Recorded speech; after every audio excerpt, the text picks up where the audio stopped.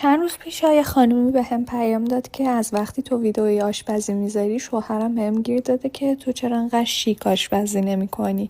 بهش گفتم از این به بعد فقط هفته یه بار آشپزی کن و همون روزم لباس شیک بپوش. اگه هم اعتراضی کرد بگو این دخترم همین کارو میکنه.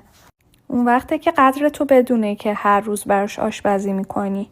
مثلا من خودم هیچ موقع سوپ و غذا حساب نمی‌کردم، اما از وقتی مامانم رفته خودم به صورت خودجوش برای شام سوپ درست میکنم.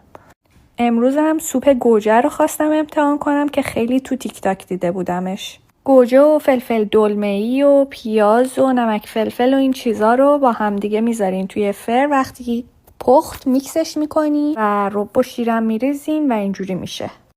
اگر با گریل چیز بخورینش خیلی خوشمزه تره. شوهراتون هم اگر غر زدن چند روز بهشون غذا ندین تا قدرتون رو بدونن.